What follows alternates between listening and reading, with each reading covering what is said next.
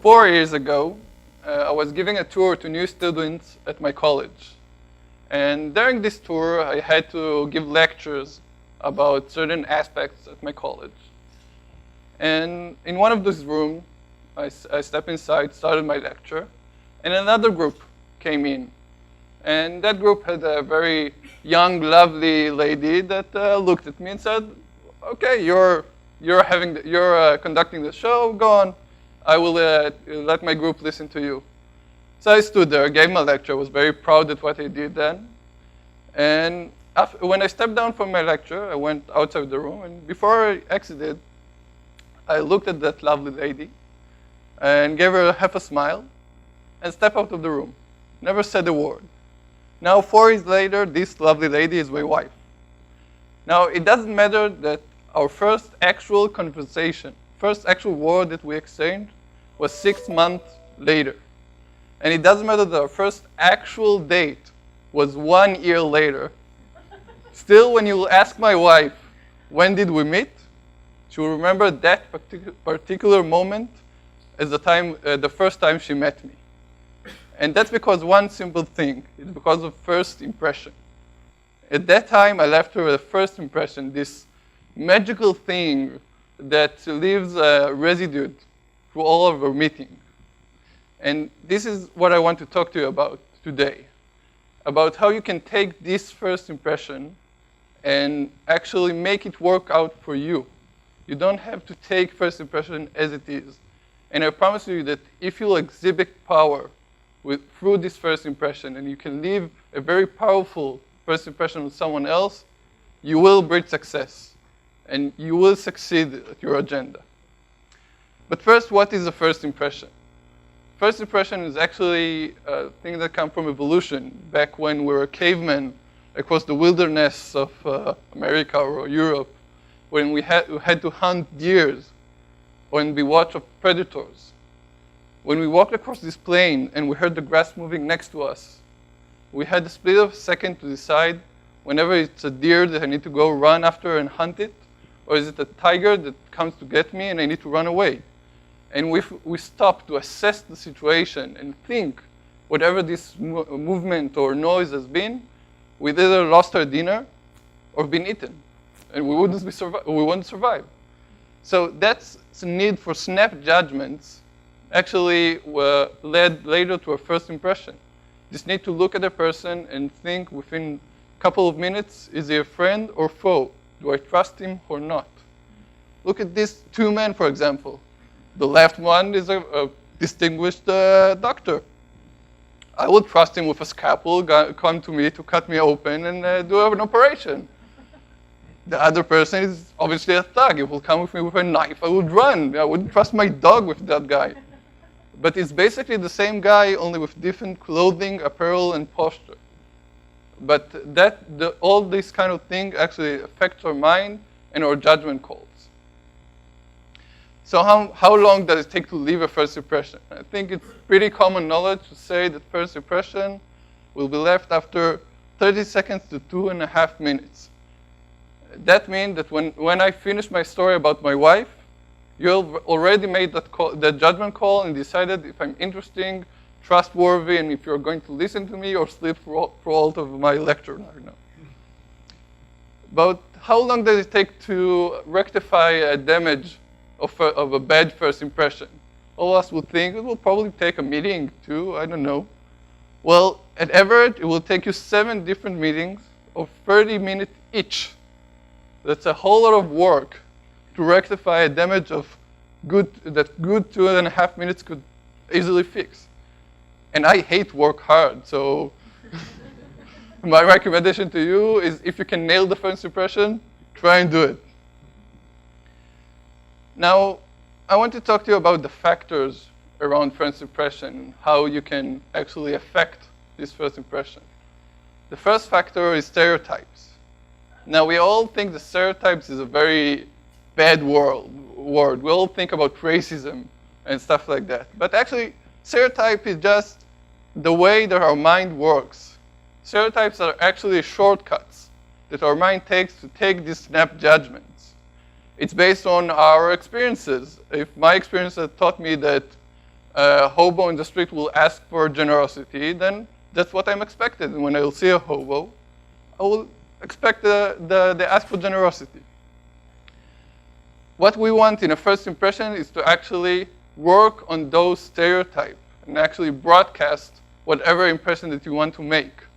One very easy method to do it is actually the clothes that you wear.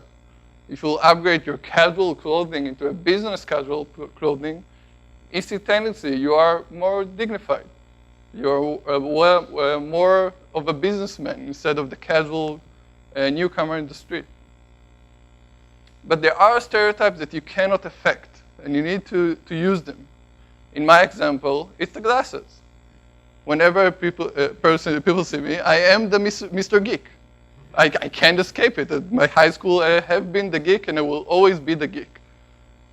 And whenever I tell someone that I work in the high tech, the usual response will be, a programmer, eh? Well, I have learned how to use this stereotype for me. When someone tells me that I think I'm a programmer, I will say, no, I'm a designer. And then I will get this look of shock on his face. But how come? You wear glasses, you can be a designer. And actually, by doing this, I elevated myself to something special. I'm not what he expected, and when I went out of his box of thinking, I'm something else. The second thing that affects first impression, and we can't escape it, is the environment. Let me give you a scenario. Salesmen go knocking door to door selling, artwork. In one of those doors, a woman answered the door holding a cold drink in her hand. In the other scenario, the same exact woman will open the door with a hot cup of coffee. Where does he have more chances to make a sale? Well, we don't have much time, so I will ruin the suspense here. I will just tell you it's the hot cup of coffee. But why is that? It's because of one simple matter. Our mind makes associations. He works on association. And research have shown that when I'm holding a cold substance in my hand, for example, this cold drink here, and I meet a new guy, the first thing I will feel about him are colder emotions. I will start to think about him as egocentric, as a guy that is not nice, he's probably very cheap, and in general, a more colder person. Whenever I hold a hot substance, I will think about him in warmer context. He will be a warmer kind of guy. He will be more generous. He will be less egocentric. I will like him more, just because I'm holding a warm substance in my hand. I can see your doubtful looks, but I can prove it with research. Another interesting thing, researchers in Colombia actually taken managers and gave them ethical dilemmas. And to half of them, they gave hard plastic object in their hand, and to the second half, they gave a soft, squishy toy. And actually, the people that held the hard object took harder decision. They were less ethical, not ethical, but less humane toward the ethical dilemma versus the person that holds a squishy toy in his hand. Now, I know it's not practical because I know you won't give your AT&T representative a squishy toy to hold in his hand during the demo you present him. And if you do, I would love to hear the results. But a more practical advice will be to enforce posture during a handshake. We all know the handshake is probably one of the most important things about first impression. It can tell a lot about a person through a handshake. Well, it was proven that if during a handshake a person will lean towards another person, he will trust him more.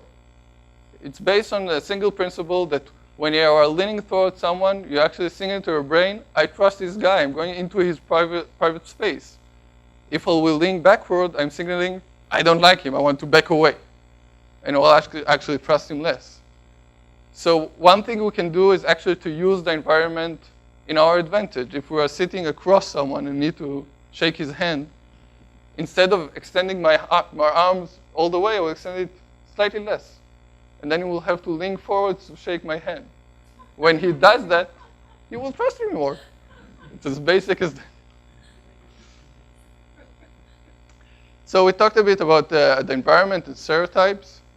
And the last thing I want to talk about is actually about nonverbal communication, or body language. There's a researcher called Paul Ekman back in the 60s, and he proved that all human beings speak in the same body language. We have the same facial expressions. We, in general, using the same body language. And I can talk hours about this subject alone, but I want to focus on one special effect called the chameleon effect.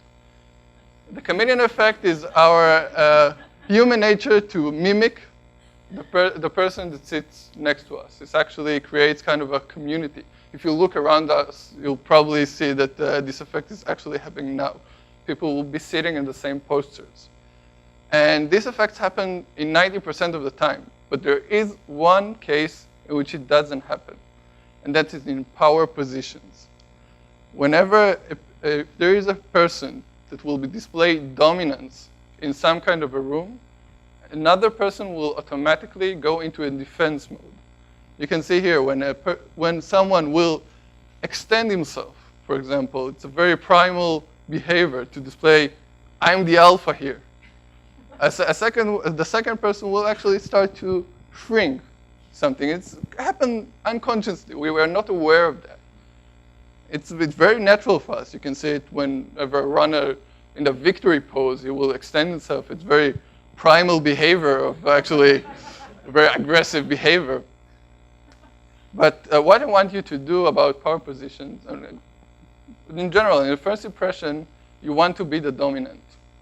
And if another person is dominant in front of you, you need to learn how to not cave into your instinct and shrink, but actually display dominance also. Go into this sort of ego body war, I guess. Well, yeah, very primal behavior, but still, I would promise you that if you are thinking about it and actually acting on will, the other person that is acting unconsciously will cave in and go into defensive mode. And I know what you'll tell me. You'll tell me, Johnny, that's not who I am. I'm not that kind of person. I'm not the dominant person in this room. Well, I want to tell you that this highway between your character and your body language is a two-way street. Because research have shown that if we'll act confident, after a certain time, we'll start to feel confident.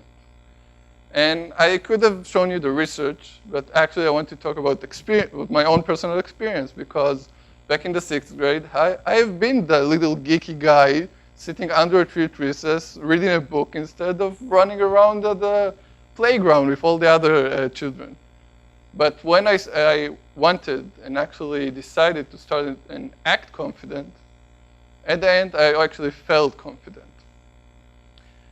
So we talked a bit about how we can use stereotype for our own advantage and how we can manipulate the environment for ourselves, and very little about how we can use our body language to convey a message. And before I leave, I want you to leave you a little assignment, a little homework, if you may. And it's go look at your calendar. Look up when is your next important meeting going to happen. And then stop to think. Think about what you're going to wear. Think about in what room will the meeting be happening and how you can use that room to your advantage. And most important of all, think how you can assert your dominance throughout this meeting, especially if you are the presenter. And you don't have to do anything very primal and go banging on the table or something. It could be something simple, just standing up next to your presentation while everybody else is sitting down across the table. Thank you and enjoy the rest of the day.